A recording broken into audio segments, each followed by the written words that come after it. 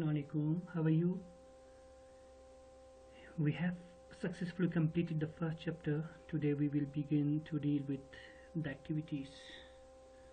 So guys, look at the activities. Here are some questions, 7 questions given, and you are to answer these questions. To answer the questions, keep the following points in mind. First, use the same tenses as given in the question. Like, just see the first question. The tense of the first question is present simple, so your answer should also be in the same tense. Take care of the subject verb agreement. Subject verb agreement. Third is be concrete to the questions, means answer to the point. Don't give wordy answers or lengthy answers. Be careful of punctuation tools or punctuation marks like full stop, comma, inverted commas, semicolon, colon, etc. and etc. Try to answer in your own words. Don't go for copy and paste unless it is necessary. So I will explain these questions. First question is, what do you mean by tolerance? Here you just need to explain this word tolerance. You may go for, or you can go for some examples to strengthen your answer. Second question is, give an example of tolerance from the life of the Rasul sallallahu alaihi wasallam. Here you can take an example from the text, or you may go for any other instance. Go Google it, search it, and find some instances out and write them down. How did the Rasul sallallahu alaihi wasallam respond to the ill treatment, bad behavior, ill treatment of the people of Taif? So the answer, go to the relevant paragraph in the text and try to answer in your own words. What did Hazrat Jibreel alayhi salam ask the Rasul sallallahu alaihi wasallam when he was ill-treated by the people of Taif? Again, go to the relevant paragraph and read it out, skim it, scan it, and try to answer in your own words. But I must say that to answer questions like this, you should use indirect speech. Question number 5 is, how did the Rasul sallallahu alaihi wasallam deal with his enemies at the conquest of Makkah? Also the question with the same nature. Next question is, what did Hazrat Anas bin Malik say about the Rasul sallallahu alaihi wasallam? You can also go with the same intention as I told you to follow, okay, to answer the question number 4. So I must say that it is better to use indirect speech. Question number 7 is, what did the Rasul sallallahu alaihi wasallam say about revenge in his last address? So dear students, to answer all these questions, it is necessary that you should have understood the text well, and to answer the questions you should again go to the relevant paragraphs and extract ideas and try to answer in your own words. If is necessary, you can go for copy and paste if is necessary. Okay, that's it. Now we will move on the next activity, that is just open your books, take on page number 4. There is an exercise activity, sorry, there is suffix. To make you all understood about this word suffix, I have defined the whole process from its background. So it is important to have the idea about affixation. Affix means to attach something. So affixation is one of the ways of word formation. There are different ways of word formation. Some are borrowing, coinage, clipping, blending, okay, and it is also one of the forms or ways of word formation. Word formation means new words can be formed through these processes or ways. So affixation, what is it? It is the formation of a word by the act of attaching or affixing something. Okay, something means to the root word. When you attach, when you affix something before or after the root word, okay, there forms, there brings forth new words. Okay, and this process can be done in two ways.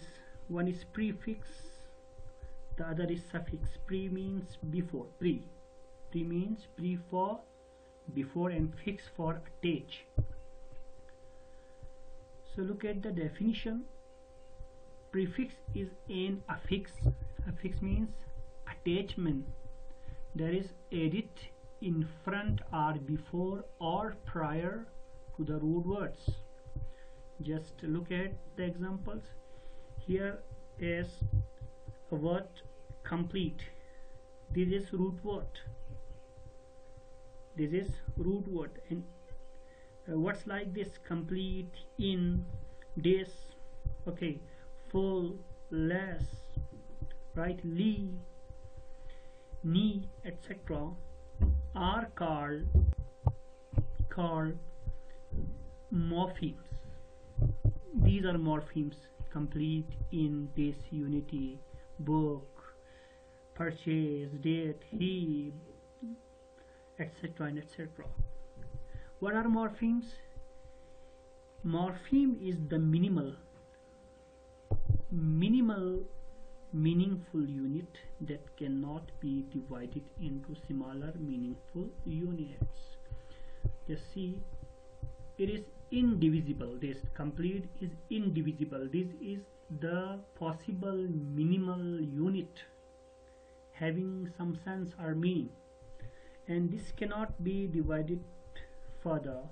And likewise this, in. So they are called morphemes. They are called morphemes. Morphemes cannot be divided into smaller meaningful units. Okay, so when we add this morpheme, and morphemes are of two types. One is free morpheme, this is free, and the another is bond morpheme. Free morpheme means the minimal units like complete, unity, right, meaning, aim, which can stand alone, that can give meaning in isolation, right? They are called free morphemes. Whereas in, this, full, less, they need to attach. They need, okay, they need something. They need, okay, man words to be attached with. Okay, it means they cannot give complete sense of their own. Why? Because they need to be attached with any sort of any other words like, okay, just see this example. When this free morpheme, no, sorry, bond morpheme in combines or attaches with this, okay, free morpheme complete, there becomes a new word, incomplete, right? Incomplete. So there is nexus or, okay, a relationship or coordination between affixation, prefix, suffix and morpheme, right? So here in this example, in, since, okay, is attached prior or before this root word, so this in is prefix, and resulting word is incomplete.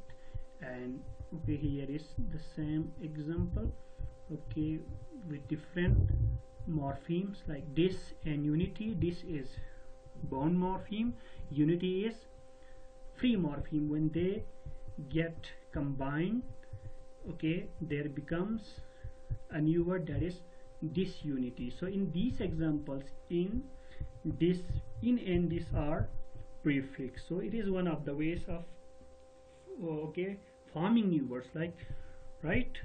I hope you have now got understood well, right? Here is suffix. Suffix and affix and attachment, that is added at the end of the root words, okay, that is simply suffix. Okay, just look at this example. Meaning, okay, when, okay, combines with this, okay, word, sorry, morpheme, okay, morpheme, bond morpheme, okay, there comes a new word, that is meaningful. Okay, just keep in mind, when full a suffix is used, okay, the one L is to be omitted, okay, like this, meaning full. If you go for double L, that will be incorrect. Okay, just look at this example. This am is free morpheme, less is, okay, bond morpheme, with the both get, okay, combined. Okay, here comes a new word, that is am-less. So you can conclude that, okay, prefix and suffix are, okay, one of the ways of, okay, word formation through which new words can be formed. Okay, so now you, okay, you'll be able to answer or to do with this exercise. Okay, just say it. Suffix.